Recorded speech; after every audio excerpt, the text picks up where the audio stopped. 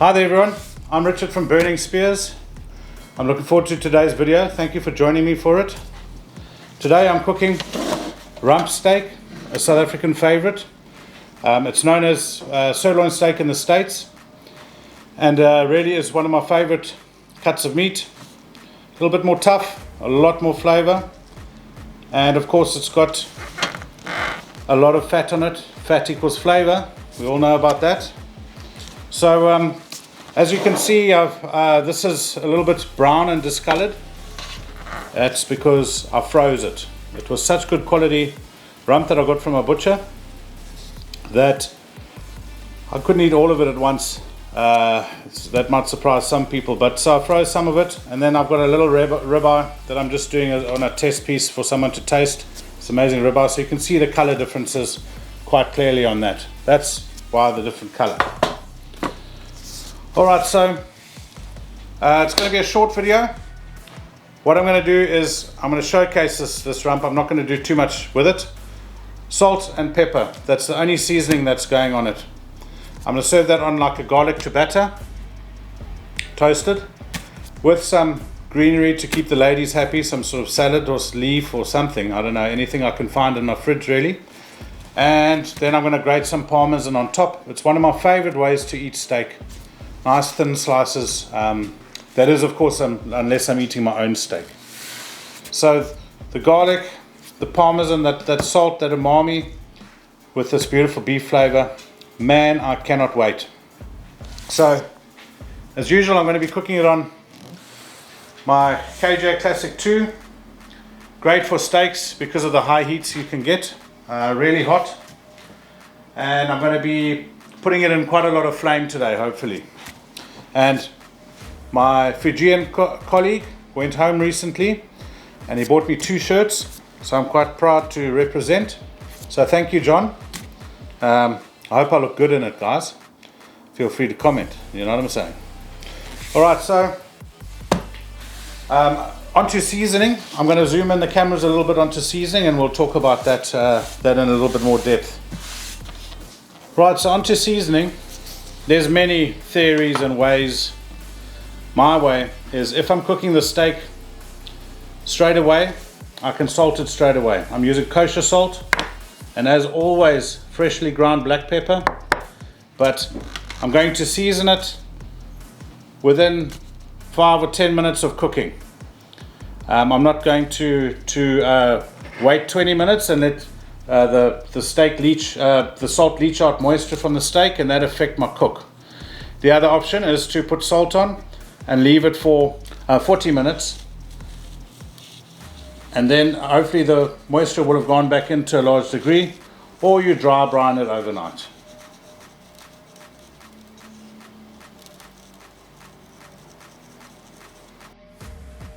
So just to discuss the anatomy of rump steak, one of my favorites, as I've mentioned before. The nice fatty ones that you get are the best ones. There's always a little bit of marbling in rump, but not too much. It's not a very well marbled cut like the ribeye. This is a really good ribeye, by the way. You can see that intramuscular fat, that marbling. It's going to be delicious. But a lot of people, when I talk about picanha being my favorite piece, they go, where's the picanha? So I say it's on the rump steak, but it's kind of hard to describe unless you look at it like this. So this is the cross section of the picanha. So if you see picanha steaks, it's literally those separated from the rump. It's the best cut in my book because it's got the rump flavor and it's got the fat on it. So that is, so all 3 of those plus a couple more slices would make a whole picanha. So keep an eye out for that. If you buy a rump steak like that, then that's your loss. And then you always get these beautiful end bits. I don't know their terminology, what part that is, but they're great as well. Generally some little bit of sinew present in rump steak. A lot more chewy than some premium cuts like the ribeye. You can also see a little bit of sinew there, always present. Under the picanha, a little bit of silver skin, when you get a bad one, it's really bad, but this looks to be really good. It's very, very thin. So I look forward to showing you how that'll cook up all of this flavour. It's beautiful fat.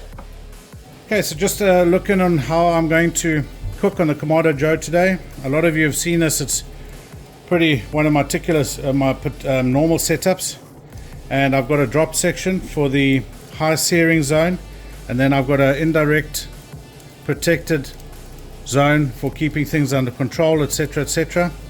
Charcoal, I've got a nice high layer of charcoal, so when it comes to the high temperature searing, I have a lot of flame, and that's what you want. You want extremely high heat with beef and a lot of flame where you can get it, to get that Maillard reaction, that caramelization on the outside.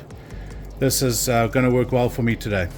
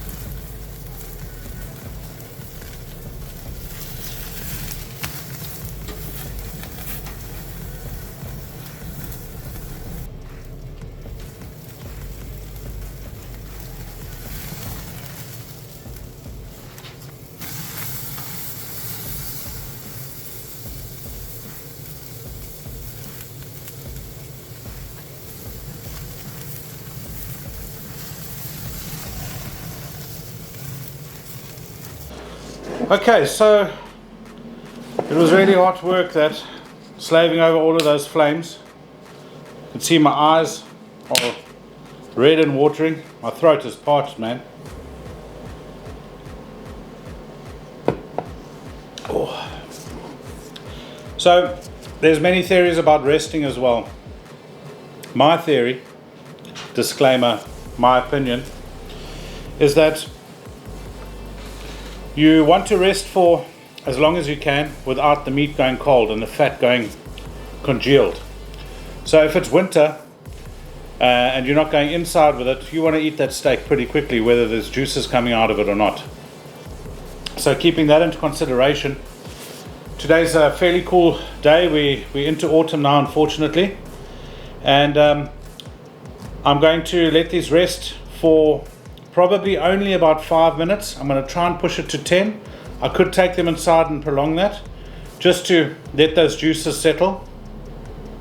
But I've been looking at this and cooking this. I'm pretty hungry, so I'm not going to wait too long. Any of those juices, I'm quite okay with that going through to the bread. I'm a meat eater. I'm a carnivore. I know it's not arterial blood shooting out that comes out the meat and goes everywhere. I'm at peace with meat juices, let me tell you that. So I'll carve up pretty soon. 5 minutes. If I wanted to prolong the affair, I could loosely tent the steaks in tin foil. Loosely tent means there's still air circulation, so it's not going to steam and cook too much and go over. But generally, I'm okay with about 3 degrees Celsius going up onto the meat, up to 5. I've got enough buffer in there.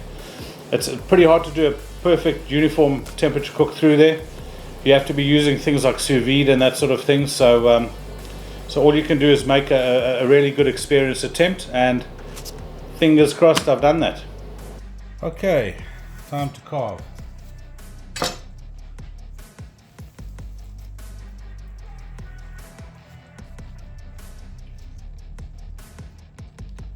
Now that is how I like my steak. Pretty rare. Just probably maybe a shade past rare in my book. You can see I could have waited longer for the rest, but I'm too impatient.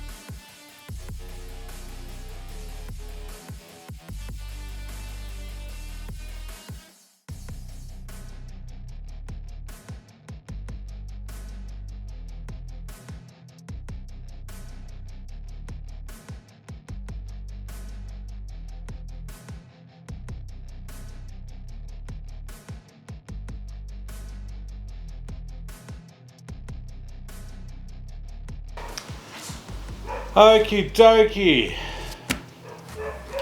Looking forward to my rump sandwich, I suppose it turned out to be. Beautiful quality rump. I snuck some pieces au naturel in my mouth off camera. And yeah, I hope you enjoyed this video. I'm going to get stuck in because this is so good. Crispy bread, strong pungent garlic butter underneath. The salad, like I say, add a bit of pop, a bit of color, not too fussed. Great rump steak, parmesan, and then some smoked hot sauce. Just to die for. Cheers guys, and thanks for watching. That's it.